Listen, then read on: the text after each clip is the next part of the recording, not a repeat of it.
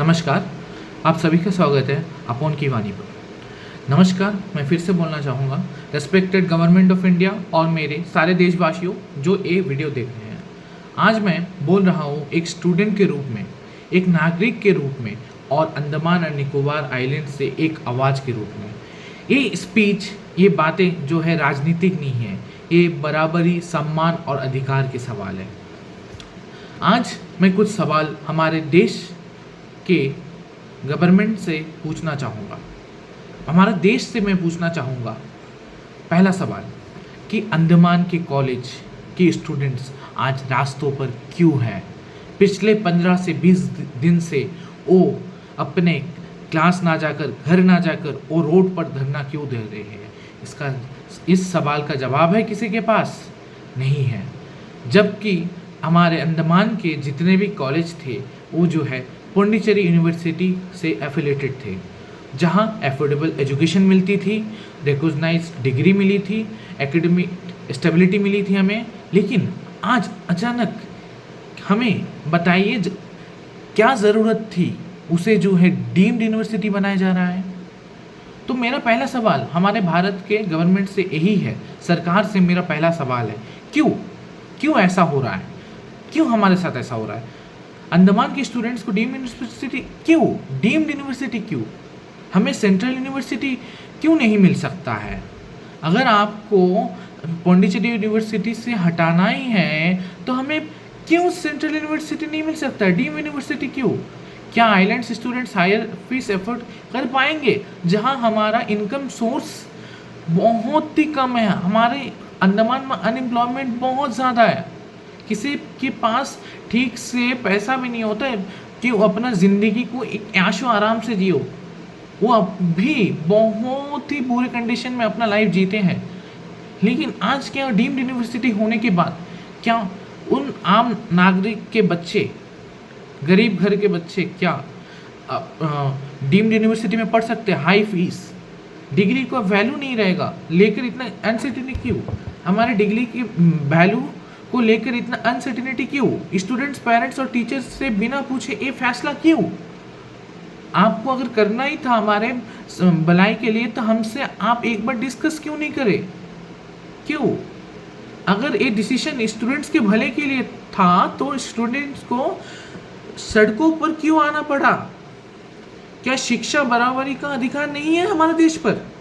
अंडमान के स्टूडेंट्स पहले ही स्ट्रगल करते हैं, मेन लाइन तक जाने के ज़्यादा खर्चा कहाँ से उठाए पढ़ने के लिए अच्छी यूनिवर्सिटी में?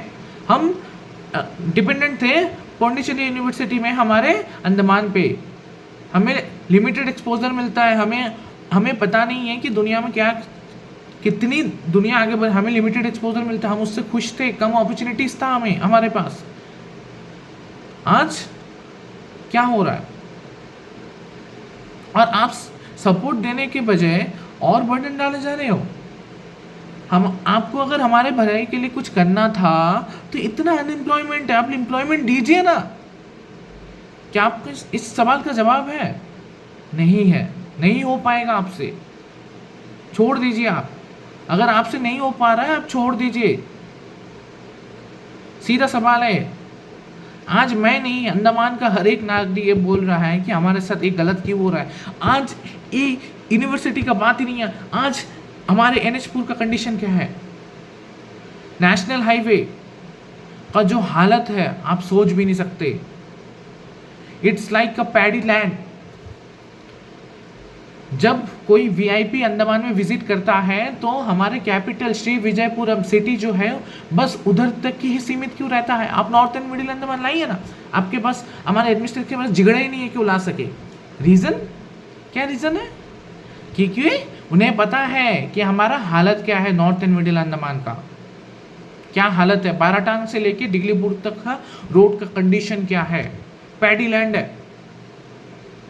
भारत सरकार को और लैंड एलोकेट करने ज़रूरत ही नहीं है। हम NH4 पे हम राइस पैडी बना लेंगे, हम बिंदास जिंदगी बिता सकते हैं। जो हालत है NH4 का, पिछले 60 सालों से ऐसा हालत है।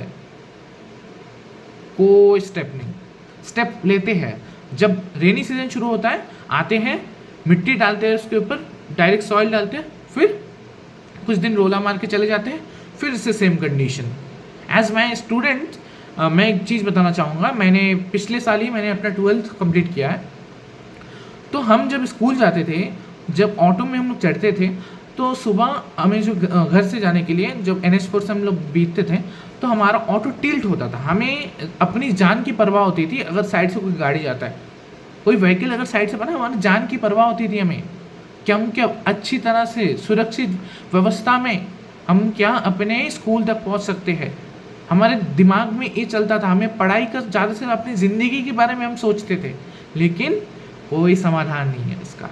आज भी सेम कंडीशन है, आज भी सेम कंडीशन है। हर दूसरे दिन अंडमान के नागरिक मेनली मेनलैंड के नॉर्थ एंड मिडिल अंडमान के नागरिक जो है रास्ते पे होते हैं। रीज़न क्या रीज़न है, क्यों रास्ते पे? एक कोई मुद्दा भी नहीं, हमारे मीडिया इसको कवर क्यों नहीं कर रहे हैं, मुझे समझ ही नहीं आ रहा है। क्यों आज मीडिया इतना पीछे है? क्या अंडमान भारत का पार्ट नहीं है? ज़रूर है। हम कहते हैं हम भारतीय है, हमें भारत से प्रेम है, हम भारत के नागरिक हैं। आप सोचिए हमारे बारे में, कोई मुद्दा नहीं होता है। हर दिन हम वही सोचते हैं, हम एडमिनिस्ट्रेशन के हम जाके स्ट्राइक करते हैं, बस आते हैं एडमिनिस्ट्रेशन वाले सिंगल एक पेपर लेके हमें आश्वासन देके चले जाते हैं, हमारे मुंह पर पेपर फेंक के, नो रिस्पॉन्स। क्यों ऐसा होगा हमारे साथ? क्यों सही हम इतना? हम भी टैक्स पे करते हैं, हमारे पिताश्री, हमारे मम्मी, हमारे अंडमान के नागरिक जो हैं टैक्स पेयर है, वो भी टैक्स पेयर, वो भी GST देते हैं, लेकिन हमारा हालत क्यों ऐसा? आपको जान के हैरानी होगी, हमारा लाइफस्टाइल इतना एक्सपेंसिव है कि हमें 1 kg पोटैटो जो है 60 to 70 रुपीज़ में हमें मिलता है। 1 kg टमाटर जो है 160 to 140 में मिलता है। 1 kg अनियन जो है 70 to 80 रुपीज़ में मिलता है इन 12 मंथ्स। हमारा बहुत ही लाइफस्टाइल बहुत ही एक्सपेंसिव है। हम कमाते, हमारा लिमिटेड रिसोर्सेस है, अनएम्प्लॉयमेंट इतना ज़्यादा है। अगर हम कुछ तो डिज़र्व करते हैं अच्छा, हम अपने गवर्नमेंट, हमारे सरकार से, हमारे एडमिनिस्ट्रेशन से हम तो कुछ तो अच्छा डिज़र्व करते हैं यार। क्यों हमारे साथ ये नाइंसाफ़ी? क्यों नहीं जी सके बेहतर ज़िंदगी?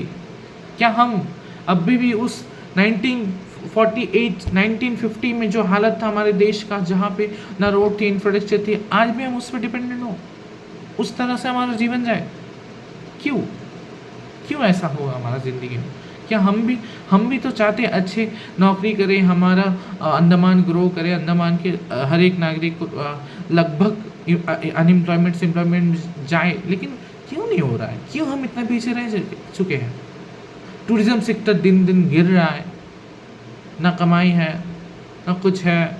इतना साइक्लोन है, इतना ज़्यादा साइक्लोन आता है, इतना ज़्यादा रेनी है कि हमें जो फॉरेस्ट जो हमारे फार्मर्स से जो एग्रीकल्चर करते हैं सब नष्ट हो जाता है, ना कुछ इनकम रहता है। लास्ट में जो है उनको लोन लेके लास्ट में उनको जो है लास्ट में कुछ ना करके अपना दम तोड़ना पड़ रहा है। क्यों? तो क्वेश्चन,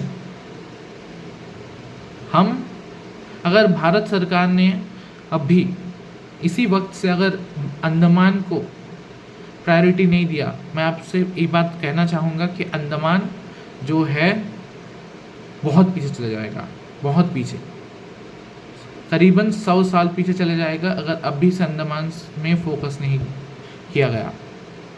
बहुत ही बुरा हाल है दोस्तों, बहुत ही बुरा हाल, आप सोच भी नहीं सकते इतना बुरा हाल है। तो आपसे मेरा प्रणाम है, नमस्कार है कि आप इस वीडियो को बहुत ज़्यादा शेयर करें और मेरा सपोर्ट करें, और आप भी हमारा सपोर्ट करें हमारी ग्रोथ के लिए, हमारे भविष्य के लिए। आप भी चिंता करें हमारे साथ। बहुत आपको अगर मेरे बातों पे विश्वास नहीं हो रहा है, आप एक काम कर सकते हैं।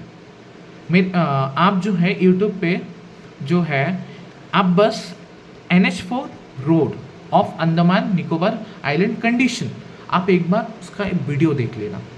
बहुत वीडियो पड़ी है लेकिन कभी वायरल नहीं होता है, कभी ये सरकार के नज़र में नहीं आता है, कभी भी ये जो है हमारे मीडिया में नहीं आता है।